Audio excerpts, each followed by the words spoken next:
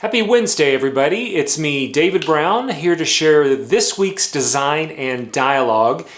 And this week, I want to step into something that's a fairly controversial topic. I had read an article on Grist maybe 2 days ago about Chicago and a proposal that actually came from 2022 to ban all natural gas being piped to new construction. Interesting article. I think, as you know, Grist definitely has a more greener point of view, I guess maybe is a way to put it. So they did, however, do a really good job of presenting both sides of the story, some of the opposition to this in Chicago and things of that nature. But I really think it's very interesting because, I've always believed, and I still today believe, that architects and designers and those that kind of create the space and how it functions, this includes engineering and etc., have a role to play in sustainability. It is not a fashionable thing to do, in my opinion. It is definitely something that is a call to action and an edict for our industry. And reading this and kind of talking and thinking about the bigger controversy that's been going on around natural gas and stoves and all this kind of stuff with colleagues around the country, I thought now might be a really interesting time to, hopefully in a concise way, put together kind of a back and forth using this Chicago moment as an example to talk about. So we're going to talk about just kind of the facts of what's going on, obviously the environmental impacts of that, and then I want to get into some of the opposition as well. So hang on, we're going to dive right into it very soon. Okay, the facts. The Clean and Affordable Buildings Act, proposed by Mayor Brandon Johnson, simply says that new construction will not have any natural gas piped to it. Instead, the city will start to lean into more electric means of heating, cooling, and powering the building. Now, fairly simple and fairly straightforward ordinance, but as you can imagine, in today's world, even the most simplest of ideas can be fraught with tension and ideas on both sides. But the fact remains that in 2022, and brought forward to more recently, the mayor is really starting to push this ban on natural gas in new buildings. What I think is interesting is the scale of natural gas usage in Chicago. The Grist article shares that 70% of the city's buildings, both for commercial and residential use natural gas. Now in Seattle, there was a very innovative use of steam to heat the buildings. There's not much cooling in Seattle. There's probably not much cooling in Chicago either. But a lot of the steam through radiation was how some of the older buildings in Seattle were heated. So with the historic buildings in Chicago, I was really surprised that it was as high, 70% being fed and heated mainly by natural gas. Okay, so obviously there is a pro and a con side of this argument. The pro side, let's get into some of those things, some of the beneficial things that could happen if this ordinance is in fact seen through. The number one, and I think what I found very interesting, was there was recently a $302 billion rate hike from the natural gas companies to the city of Chicago. That's outrageous. The story goes on to say 1 in 5 Chicago residents are 30 days or more behind on their gas bill. So natural gas is getting more and more expensive.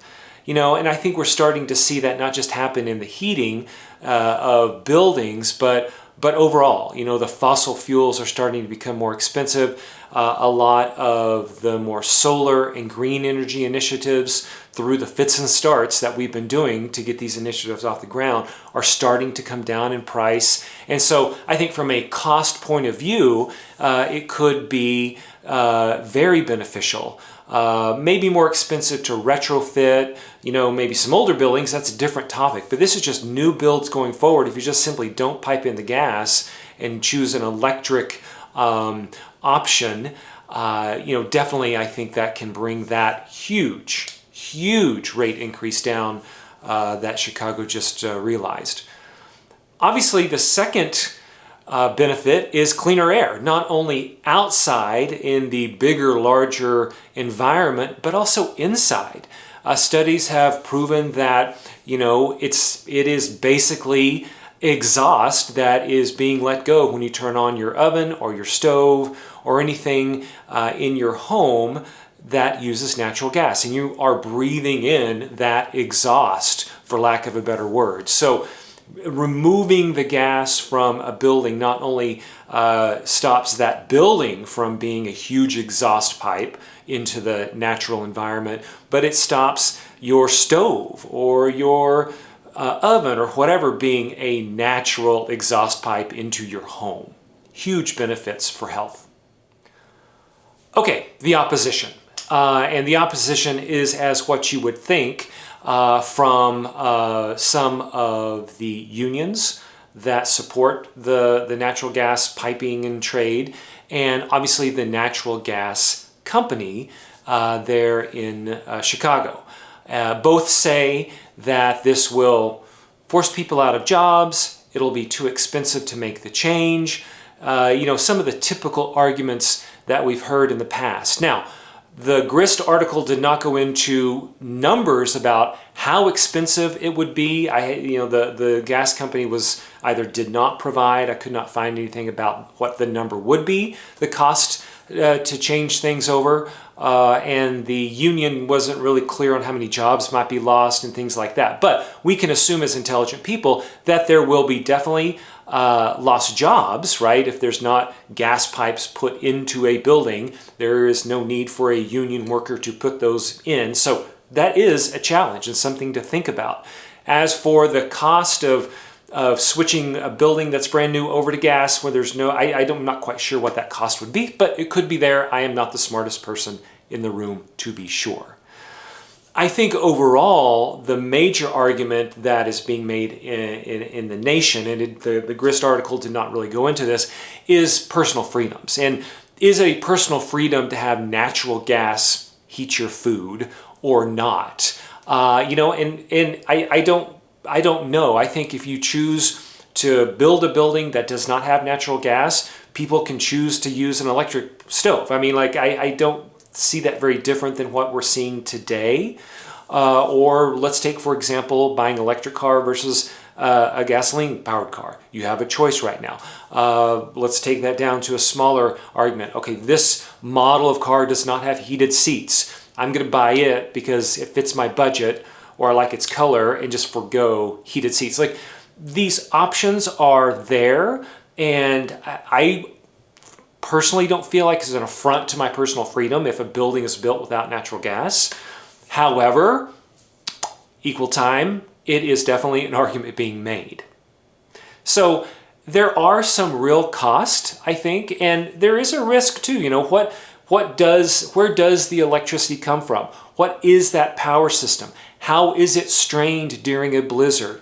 If it is overstrained during a blizzard and you can't get power to an electric building, how do you heat it? I get what that is. Again, I'm not reading this from the Grist article now. I'm just kind of improvising with my own thoughts. But there could be risk there. I'm not negating the fact that it's going to be different and change, but it is beholden to us to work through these numbers, make these kinds of hard decisions, and really move the earth into a place where we're not just polluting it constantly for a dollar, basically.